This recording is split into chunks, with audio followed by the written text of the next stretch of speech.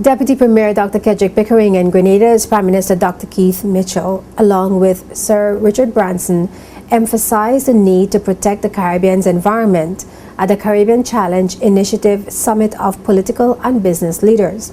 The summit was held on Necker Island and North Sound, Virgin Gorda on Friday and Saturday, May 17 and 18, 2013. It was attended by representatives from 15 Caribbean governments and 17 corporations, all of whom committed to a $64 million initiative to protect and preserve the Caribbean coastal environment and to access renewable sources of energy. Dr. Kedrick Pickering, who holds responsibility for natural resources and labor, welcomed the public-private partnership approach to preserve the environment. You have on one side the political directorate and the decision makers, you have on the other side the business leaders, and within there's a bridge, and organizations like Nature Conservancy help to fill that bridge, because Nature Conservancy played a major role in this summit. They were the technical advisors, the organizers, in more ways than one, bringing together the various factions together to be here. And so it's a critical component in order for us to have a successful outcome from these initiatives. Because in the British Virgin Islands, for sure, our environment is our livelihood. And certainly from where I sit as the minister responsible for the environment, I'm continually saying that there's no tourism without the environment, because the people come to our country, especially and for the wider Caribbean, to enjoy the natural beauty. And so it's critical that we put the pieces together to make it sustainable, not only in the short, but the long term for all of us. The summit represented Phase 2 of the Caribbean Challenge Initiative, which seeks to have governments and business leaders introduce measures to help preserve the region's marine and coastal environment. Sir Richard Branson spoke to the significance of the summit and elaborated on one of two communiques signed at the conference. The bulk of the Caribbean is the beautiful seas and the beautiful species. We also have a number of quite small islands with people on them, and I think the reason that people come to the Caribbean is because of the environment, because of the species in our oceans, because of the beaches, and so the idea of this conference is to see how we can unite business and governments together and social workers in protecting this beautiful places that we all live in. The urgent need to create protection for sharks and rays across the whole Caribbean region, with the aim of protecting all of them within 2 years.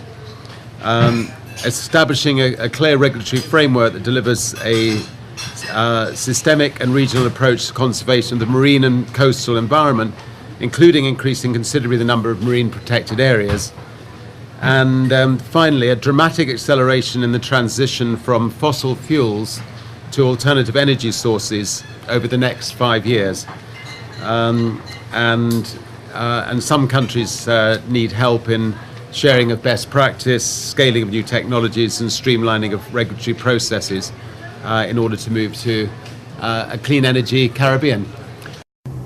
Commitments announced at the summit by individual governments to support these efforts included the adoption of a protected areas system plan to protect 33% of marine and coastal environments in the British Virgin Islands, Grenada's reaffirmation to protect 25% of its marine and coastal environment, establishment of a natural trust fund to protect biodiversity in the Bahamas, the establishment of 14 fish sanctuaries in Jamaica, a commitment to double the number of protected areas in Puerto Rico, and Belize's commitment to protect 30% of its marine and coastal environment, with over 10 designated as no-take fishing zones.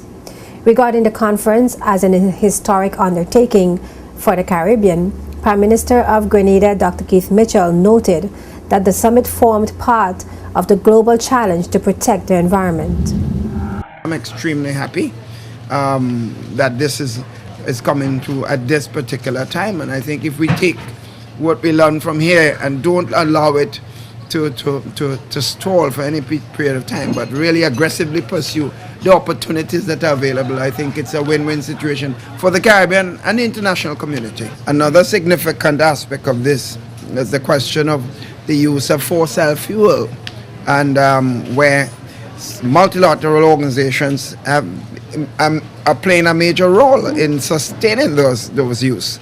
And we feel that it is very important to have an communique emphasizing the need to move from fossil fuel to renewable energy, which is clearly a case of protecting our environment, and I think this must be underscored.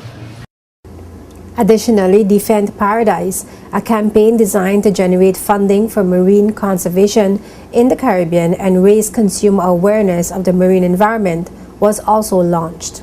Representatives from the governments of Bahamas, Dominican Republic, Jamaica, Puerto Rico, St. Kitts and Nevis, St. Lucia, and St. Vincent and the Grenadines attended the summit and signed a leaders' declaration, while business representatives from 15 businesses worldwide, including Bacardi, Disney and Royal Caribbean Cruise Lines, Sandals Resorts, Tropical Shipping, Tiffany & Company, Virgin Group, NRG Energy, Guy Harvey Sportswear, and Core Water signed a corporate compact to pledge actions towards the preservation of the environment.